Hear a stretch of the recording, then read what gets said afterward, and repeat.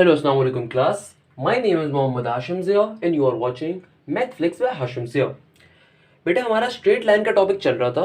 Straight line एक बहुत बहुत बड़ा टॉपिक है और वास्ट टॉपिक है एनालिटिकल ज्योमेट्री का, यानी कि एनालिटिकल ज्योमेट्री का एक छोटा सा हिस्सा स्ट्रेट लाइन जो कि हमारे इंटरमीडिएट की किताबों में पाया जाता है, ओ लेवल की किताबों में पाया जा रहा होता है। तो हमारी बहुत सी आवाम को तो ये समझते हैं कि जो सर ने हमें पढ़ाया स्ट्रेट लाइन 2 दिन में कंप्लीट करवा दिया या 1 दिन में कंप्लीट करवा दिया, तो हमारे अजीम जो भी सर होते हैं ना, हम उनका बहुत शुक्रगुजार होते हैं। अगर हमें ये नहीं पता होता उन टॉपिक्स के अंदर जो कंटेंट आ रहा है वो किस तरीके से आ सकता है और किस तरीके से नहीं आता।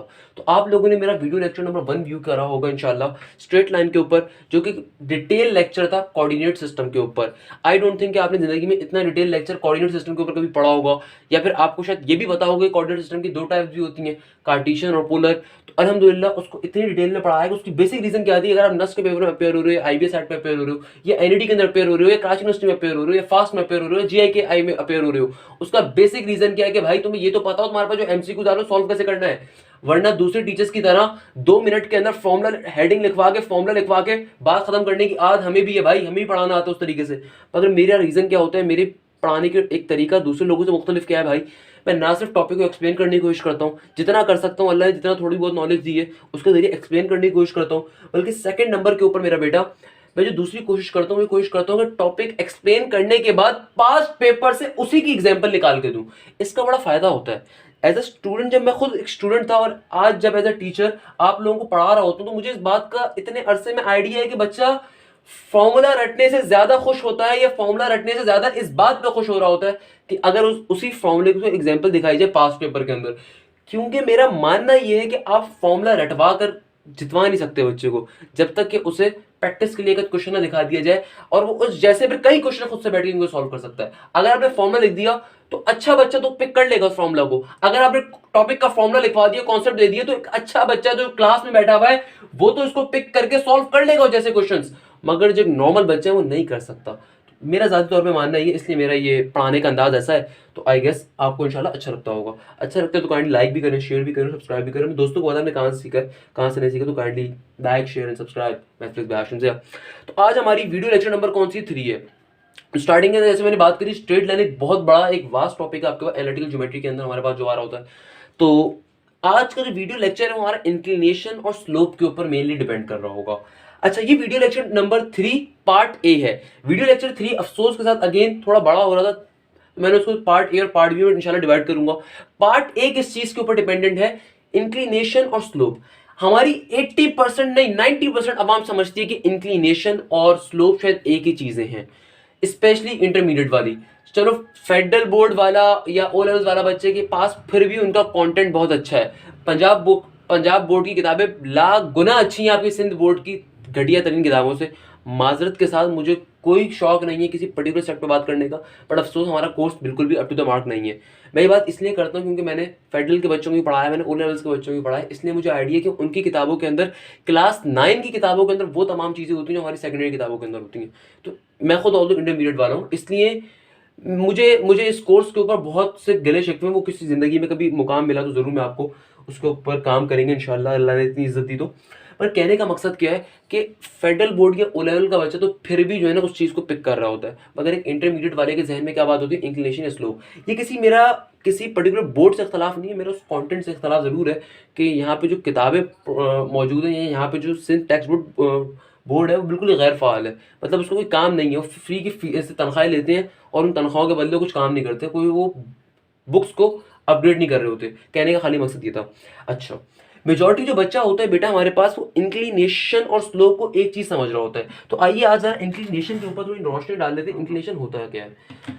अगर मैं कहूँ इंक्लिनेशन के सुनते हमारे जहन में क्या चीज़ आती है, सर स्लोप ही आएगा। स्लोप ही तो होता है। जी नहीं बेटा, इंक्लिनेशन स्लोप को नहीं कहते। स्लोप और इंक्लिनेशन दोनों डिफरेंट चीज़ें हैं। इंक्लिनेशन कहते हैं बेसिकली एंगल को। आज के बाद कभी भी कोई तुमसे पूछे इंक्लिनेशन क्या है, उसको क्या बोलोगे मेरा बेटा, इंक्लिनेशन क्या चीज़ है, एक एंगल है। इंक्लिनेशन क्या चीज़ है, एंगल है।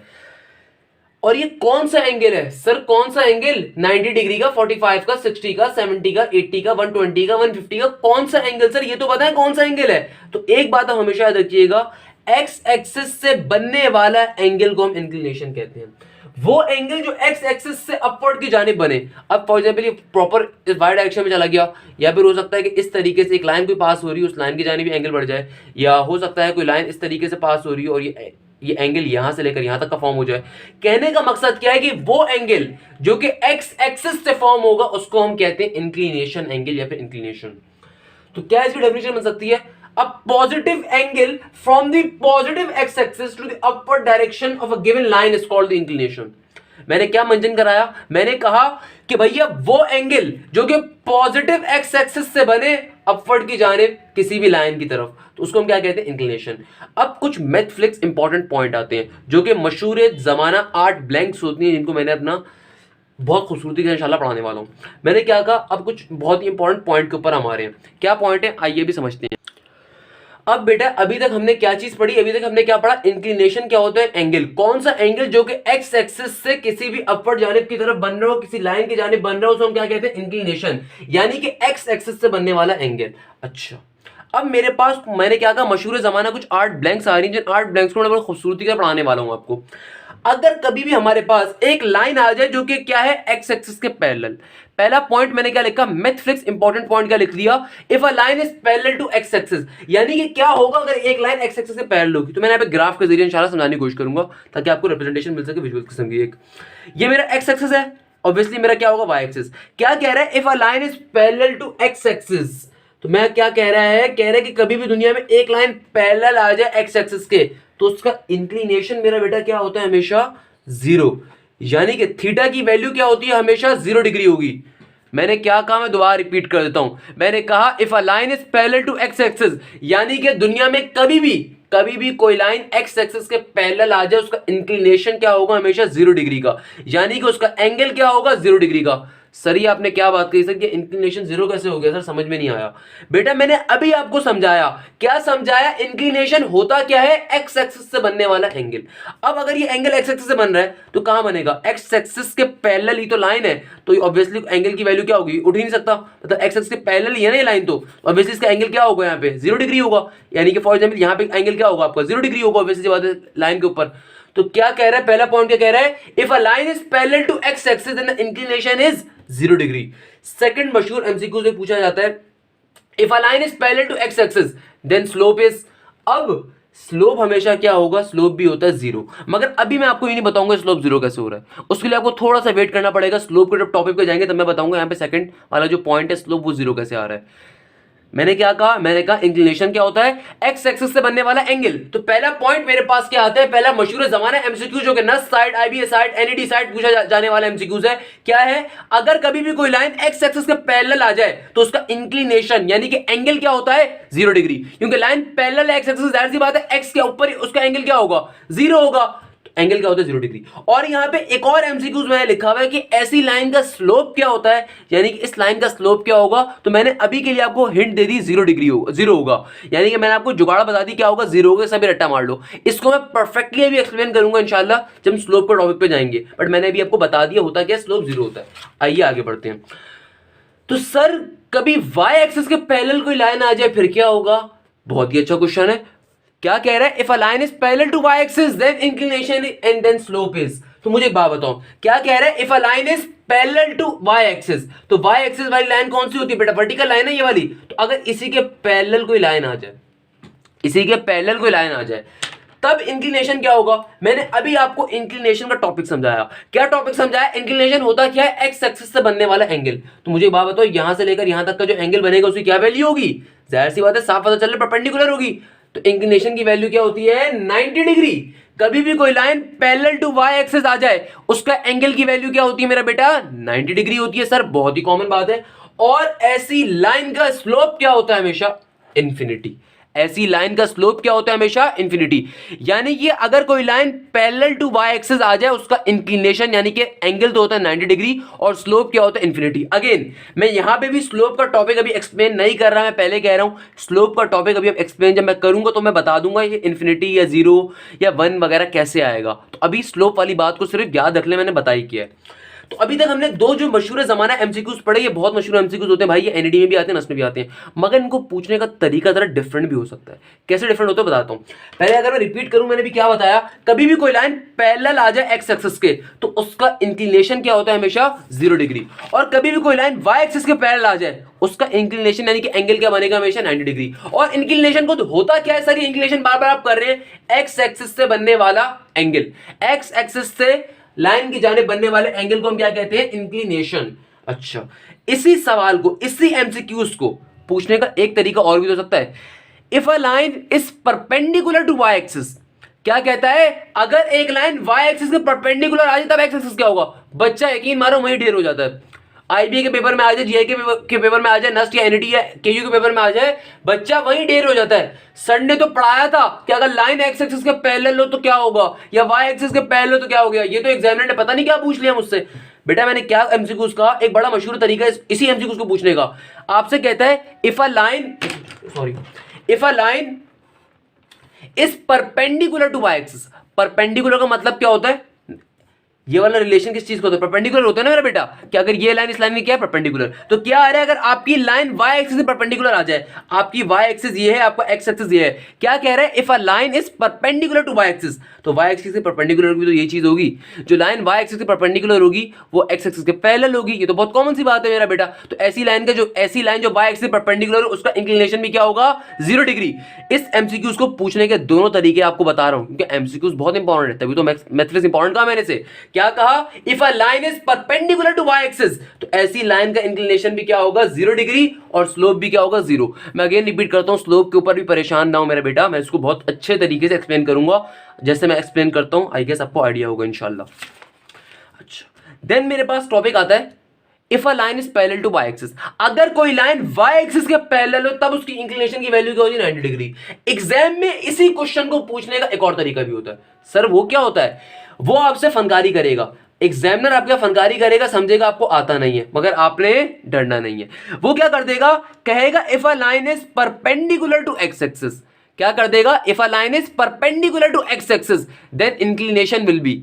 मुझे एक बात बताओ, परपेंडिकुलर होता क्या, मैंने अभी आपको बताया इस तरीके का। तो क्या कह रहा है, एक्स एक्सिस के परपेंडिकुलर हो, तो एक्स एक्सिस के परपेंडिकुलर कौन सी लाइन होगी, ये वाली लाइन होगी ना मेरा बेटा, क्योंकि स्ट्रेट लाइन लगा देता हूं, तो एक्स एक्सिस से क्या होगी, परपेंडिकुलर। और ऐसी लाइन जो कि एक्स एक्सिस के परपेंडिकुलर हो वो वाई एक्सिस के पैरेलल होगी। भाई सिंपल सी बात है, बात एक ही है। अगर तुम्हारा कान में यहां से खींचो, यहां से खींचूं, चमाड़ यहां से मारूं, बात तो एक ही है ना भाई।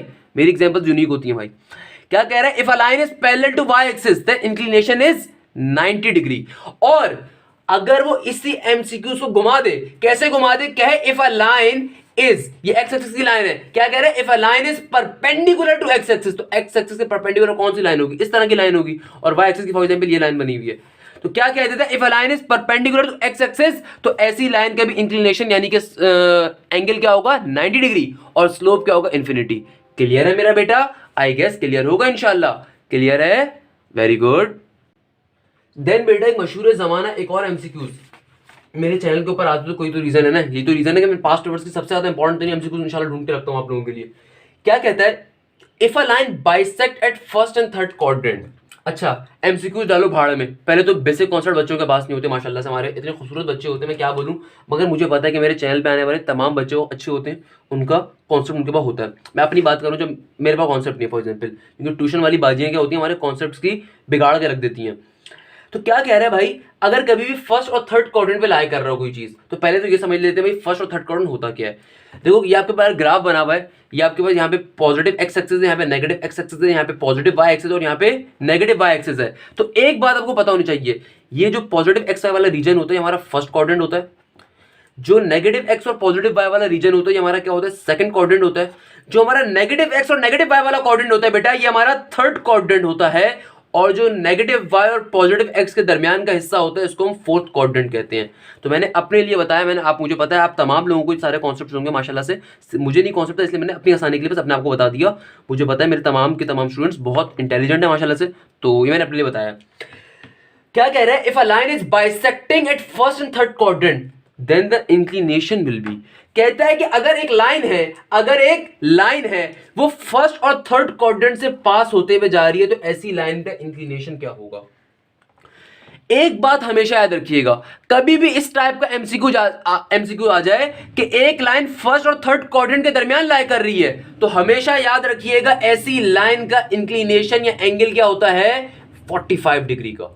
उसके पीछे एक बेसिक रीजन होती है कि परफेक्ट आपके पास जो स्लोप बन रहा होता है एंगल के ऊपर, वो इंक्लिनेशन के ऊपर, वो 45 डिग्री के ऊपर बनता है। तो कभी भी अगर आपकी लाइन फर्स्ट और थर्ड क्वाड्रेंट के ऊपर है, तो इसका मतलब क्या, उसका इंक्लिनेशन क्या होगा, हमेशा 45 डिग्री का। इंक्लिनेशन का मतलब क्या है सर, एंगल।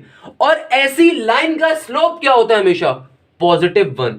ऐसी लाइन का स्लोप क्या होता है, हमेशा +1। मैंने अगेन कहूंगा भाई, ये +1 इंफिनिटी 0 से परेशान मत हो, मैं भी स्लोप के टॉपिक पे आके इंशाल्लाह क्लियर करूंगा। मैं बार बार इसलिए रिपीट करूंगा, अगर आप फॉरवर्ड करके देख भी रहे थे तो आपको ये आइडिया रहे।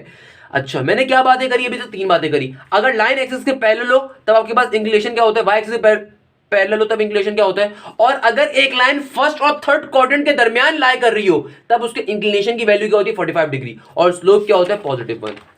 अच्छा, आइए अब चौथा पॉइंट, बड़ा मैं पहले क्लियर कर रहा हूं, ये शुरू के जो 15 मिनट के एमसीक्यूज हैं, ये बेसिक एमसीक्यूज हैं जो बेतहाशा बार पूछे जाते हैं, तो काइंडली इसके ऊपर नजरसानी जरूर करिएगा भाई। आगे क्या लिखा हुआ है, if a line is bisecting second and fourth quadrant, क्या कह रहा है, चले पहले लिख लेते हैं अपने पास फिगर के जरिए भाई, समझते हैं। हमेशा ग्राफिकली विजुअल तरीके से समझना चाहिए इसको, ग्राफिकली। अच्छा, मैंने ग्राफ बना दिया। क्या कह रहा है, कभी भी कोई लाइन आपके पास सेकंड और फोर्थ क्वाड्रेंट पे लाई कर रही हो, कभी भी कोई लाइन हमारे पास अगर सेकंड और फोर्थ क्वाड्रेंट पे लाई कर रही हो, तब ऐसी लाइन का इंक्लिनेशन क्या होना चाहिए। सर क्या मतलब है इसका, बेटा बहुत ही आसान सा मतलब है। क्या कह रहे हैं, कभी भी कोई लाइन सेकंड और फोर्थ, अच्छा ये तो आपको पता है ना, ये फर्स्ट क्वाड्रेंट है, ये वाला सेकंड, ये वाला थर्ड, और ये वाला फोर्थ क्वाड्रेंट। तो क्या कह रहे हैं, अगर कोई आपकी लाइन थर्ड, सेकंड और फोर्थ क्वाड्रेंट के अंदर लाई कर रही हो, कोई लाइन इस तरीके से आपकी क्या हो, सेकंड और फोर्थ क्वाड्रेंट के अंदर मौजूद हो, तो ऐसी लाइन की इंक्लिनेशन क्या होती है। आइए चेक कर लेते हैं। अभी मैंने क्या बताया मेरा बेटा, इंक्लिनेशन होती क्या है, मैंने क्या बताया, इंक्लिनेशन होती क्या है, एक्स एक्सिस से बनने वाला एंगल, पॉजिटिव एंगल, तो एक्स एक्सिस से बनने वाला एंगल यहां तक आएगा। अच्छा, तो इसकी वैल्यू क्या होती है नॉर्मली, 135 डिग्री। ये 135 डिग्री कैसे होती है, मैं इसको भी एक्सप्लेन कर सकता हूं अल्हम्दुलिल्लाह। कैसे होती है, एक्स एक्सिस से लेकर यहां तक का एंगल की वैल्यू क्या आ जाएगी, 90 डिग्री। क्या आ जाएगी, यहां तक की वैल्यू 90 डिग्री। उसके अंदर यहां से लेकर यहां तक का एंगल ऐड कर दो, कितना आ रहा है, 45 डिग्री। तो 90 + 45 कितना हो जाएगा, 135 डिग्री। क्योंकि चूंकि ये लाइन जो बन रही है बीच में बन रही है, तो ऑब्वियसली यहां पे मैंने क्या बताया, परफेक्ट आपके पास एंगल क्या होता है, 45 डिग्री का मिडिल के ऊपर। तो क्या हो जाएगा, 90 डिग्री, यानी कि इस पूरे क्वाड्रेंट का angle plus half that is 45, तो क्या बन जाएगा, 135 डिग्री। तो अगर आपको ये बात नहीं भी समझ में आई, तो आप बस इतनी सी बात को अपने जहन में रखें मेरा बेटा, अगर आपको ये वाली बात समझ में नहीं आई तो सिर्फ इतनी सी बात अपने जहन में रखें कि कभी भी सेकंड और फोर्थ क्वाड्रेंट के अंदर, कभी भी सेकंड और फोर्थ क्वाड्रेंट के अंदर कोई लाइन एग्जिस्ट कर रही हो, कभी भी सेकंड और फोर्थ क्वाड्रेंट के अंदर कोई लाइन एग्जिस्ट कर रही हो, ऐसी लाइन का एंगल या इंक्लिनेशन क्या होता है, 135 डिग्री। क्या होता है, 135 डिग्री। और अगर हम उससे डिटेल में पूछो सर 135 डिग्री कैसे बनता है, तो मैंने क्या बताया कि इंक्लिनेशन होती क्या है, एक्स एक्सिस से बनने वाला एंगल। तो एक्स एक्सिस से बनने वाला एंगल कहां तक फैलेगा, इस लाइन तक फैलेगा। ये लाइन का एग्जिस्ट कर रही है सेकंड क्वाड्रेंट के अंदर, तो भैया इसके अंदर यानी कि पूरा का पूरा फर्स्ट क्वाड्रेंट का एंगल शामिल होगा और हाफ एंगल शामिल होगा सेकंड क्वाड्रेंट का। तो फर्स्ट क्वाड्रेंट का पूरा एंगल क्या आ रहा है, 90 डिग्री, 90 डिग्री होगा, और हाफ एंगल सेकंड क्वाड्रेंट का कितना होगा, 45 डिग्री होगा। तो 90 + 45 कितना हो जाता है, 135 डिग्री। यानी कि ऐसी लाइन जो सेकंड और फोर्थ क्वाड्रेंट के अंदर हो, उसके पास इंक्लिनेशन की क्या एंगल होता है, 135 डिग्री का। क्योंकि इंक्लिनेशन हम कहां से मेजर करते हैं, x axis, positive x axis से लेकर उस पर्टिकुलर लाइन तक की एंगल को हम इंक्लिनेशन कह रहे होते हैं। क्लियर है, आई गेस मैंने बहुत डिटेल में क्लियर कर दिया। और स्लोप क्या होगा ऐसी लाइन का हमारे पास, -1। अगेन कहूंगा परेशान होने की नीड नहीं है, बस हमारा ये इंक्लिनेशन टॉपिक हमें कंप्लीट हो रहा है, तो देन हम स्लोप के टॉपिक को इंशाल्लाह जा रहे हैं। मैंने अभी आज तक आपको इस पूरे लेक्चर के अंदर क्या बात सिखाई, इंक्लिनेशन क्या होता है। मैंने क्या बताया मेरा बेटा, इंक्लिनेशन क्या होता है, हमारे पास एक ऐसा एंगल जो कि एक्स एक्सिस से जनरेट होना स्टार्ट हो और उस पर्टिकुलर लाइन तक का जाए जहां तक का हमें एंगल मालूम करना है, तो ऐसे एंगल को हम क्या कहते हैं, इंक्लिनेशन। देन हमने कुछ 4 या 8 बड़ी मशहूर तरीके की ब्लैंक्स पढ़ी, एमसीक्यूज पढ़े, जो कि अक्सर एप्टीट्यूड की जान कहलाए जाते हैं इस इंक्लिनेशन के टॉपिक से। वो क्या एमसीक्यूज थे कि कभी भी कोई line parallel to X axis आ जाए, एक लाइन कभी भी क्या आ जाए, एक्स एक्सिस के पैरेलल, तो ऐसी लाइन का इंक्लिनेशन क्या होगा, 0 डिग्री। फिर मैंने एक और तरीके से इसी एमसीक्यूज को पढ़ना सिखाया कि अगर आपसे कभी भी एग्जामिनर कह दे कि आपकी जो लाइन है वो परपेंडिकुलर है वाई एक्सिस के, तो ऐसी लाइन का भी स्लोप क्या होगा, 0। मैंने क्या कहा, कभी भी अगर आपको एग्जामिनर घुमाने की कोशिश करे तो एग्जामिनर को घुमा दो। मेरा बड़ा मशहूर असूल है भाई, एग्जामिनर तुम्हें घुमाने की कोशिश कर रहे हैं, एग्जामिनर घुमा दो। एग्जामिनर को घुमा कह सकते हो, करेक्ट आंसर देकर। ऑब्वियसली और पेपर घुमा के थोड़ी घुमा सकते ना, उसे कैसे घुमाओगे, करेक्ट आंसर देकर। उसको बताओ कि भाई अगर वो तुम्हारे साथ खेल सकता है तुम भी उसके साथ खेल सकते हो। कैसे?